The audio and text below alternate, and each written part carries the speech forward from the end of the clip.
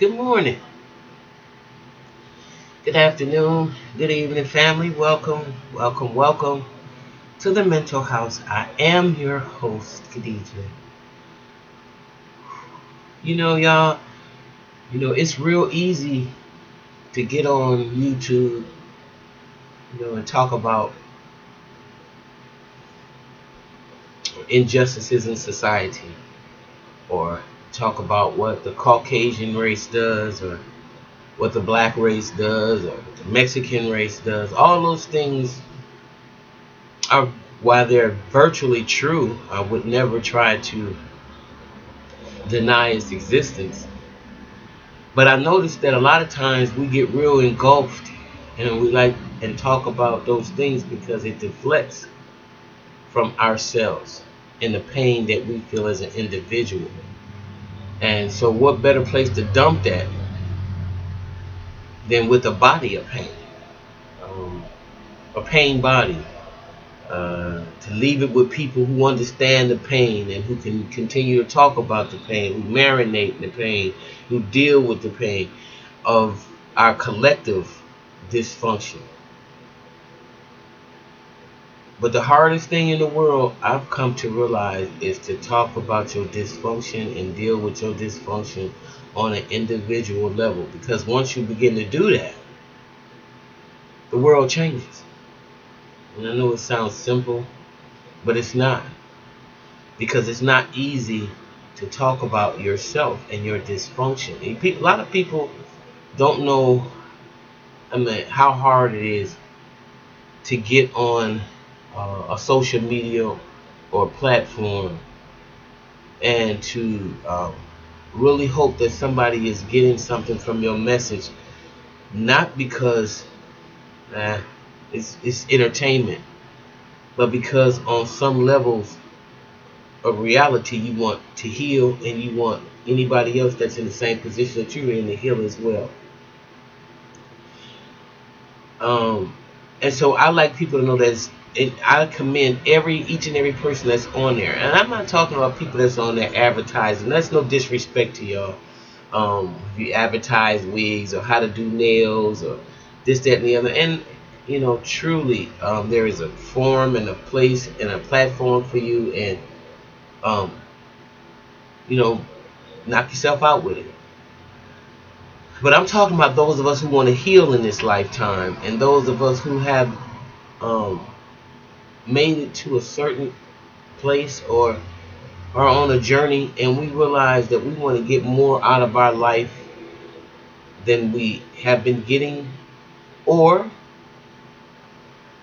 we find that our wings are broken and we can't fly anymore.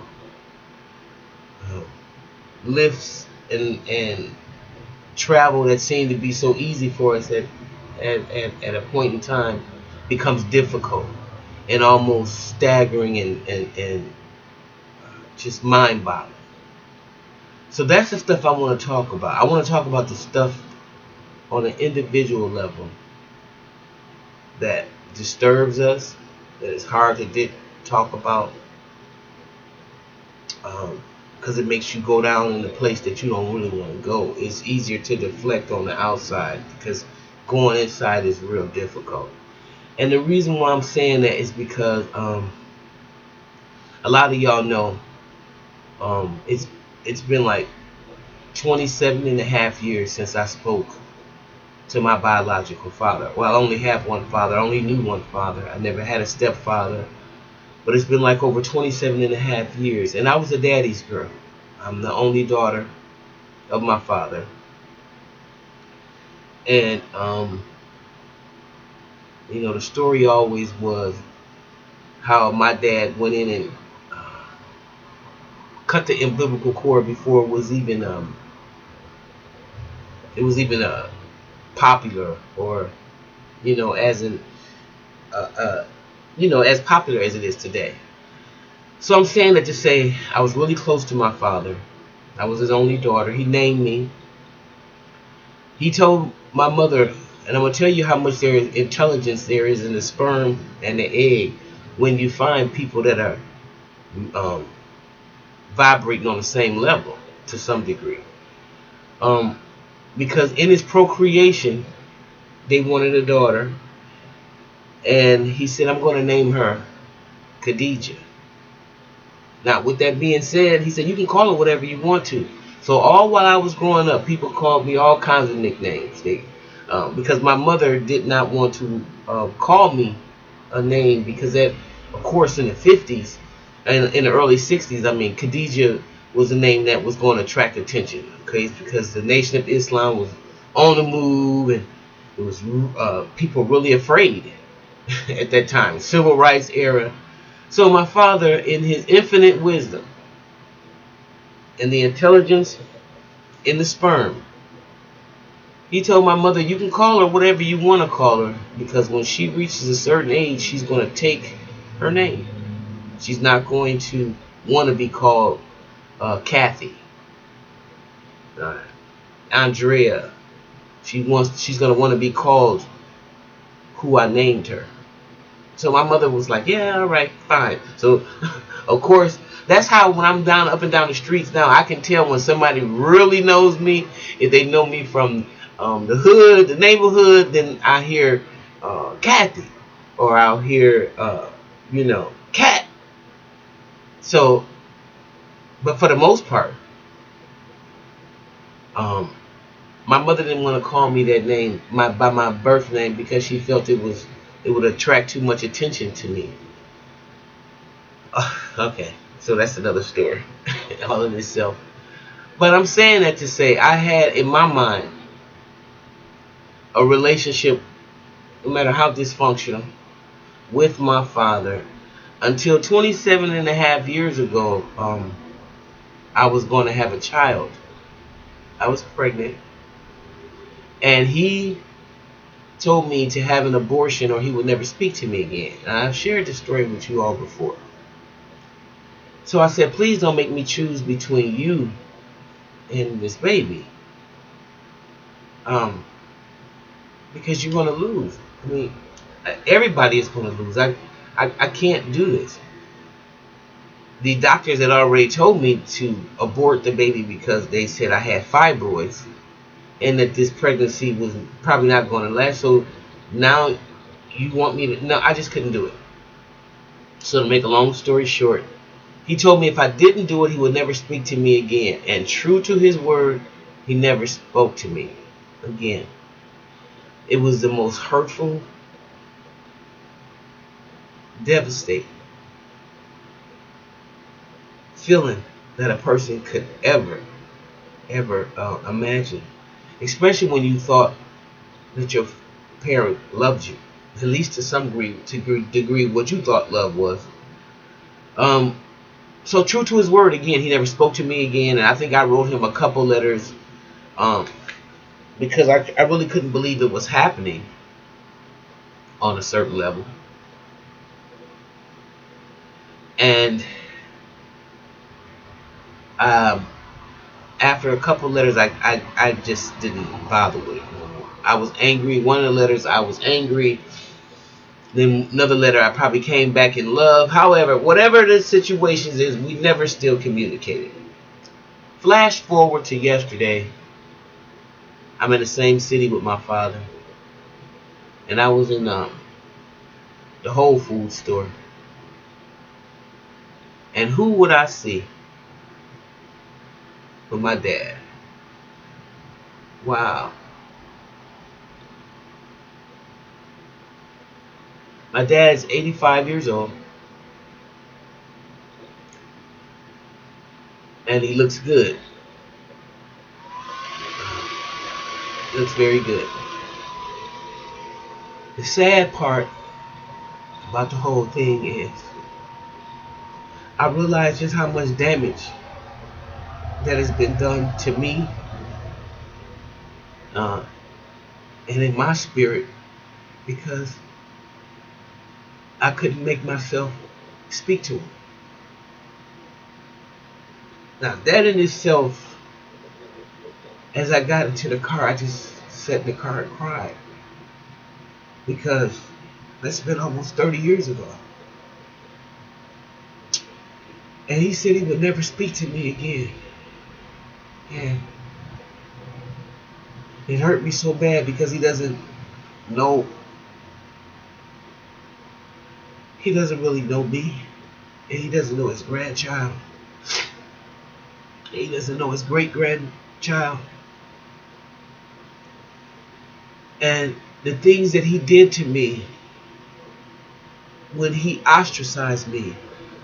Like, I have a brother who has uh, children around the same age as my daughter, and my dad would go and buy them all kinds of cars and toys and high ticket items, and he never would even mention my daughter. He would never even say anything, acknowledge her. And I have a serious communication with my brother today because of it. I felt like he didn't stand up for me as a brother. I'm his only sister, and I thought, again, we were close.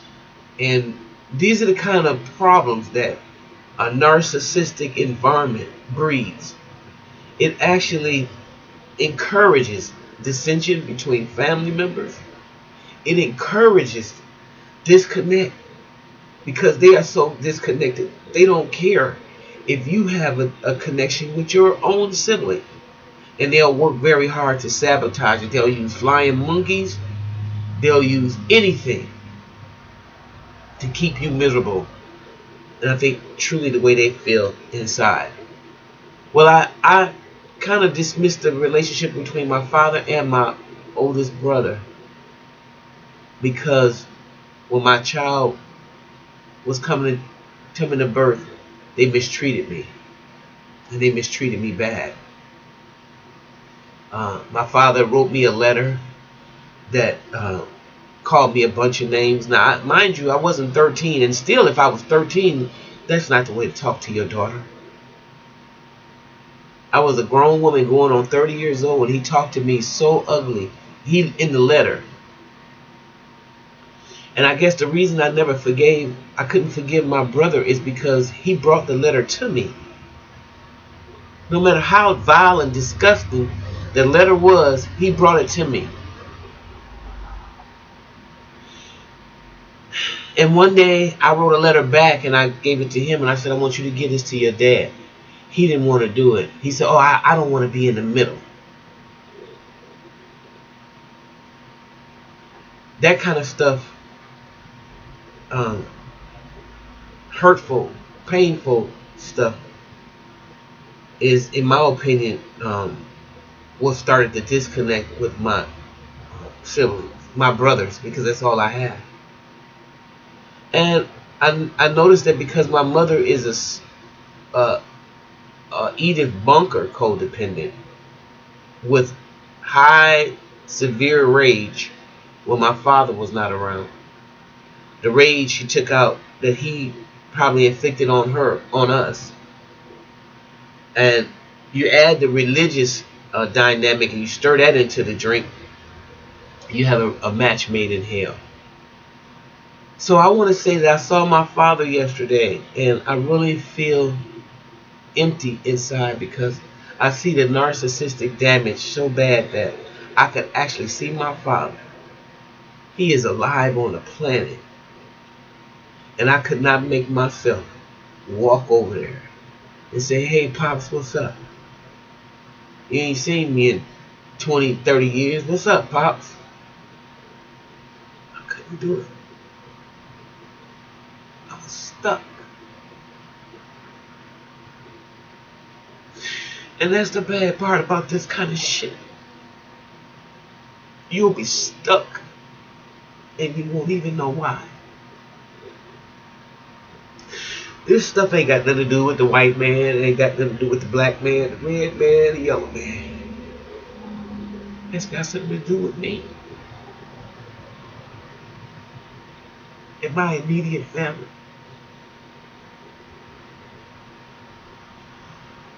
who are so righteous that they are no earthly good.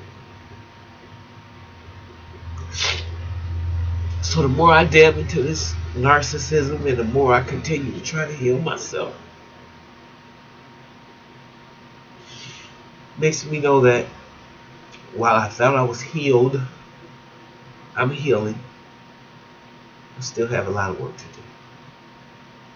And it really is a day by day, step by step process. All right, thanks, guys. I just wanted to share that with you this morning. So I just wanted to share that. And if you have any comments for me, please share it with me below. And like and subscribe and share. Thank you very much. And have a wonderful day. Bye bye.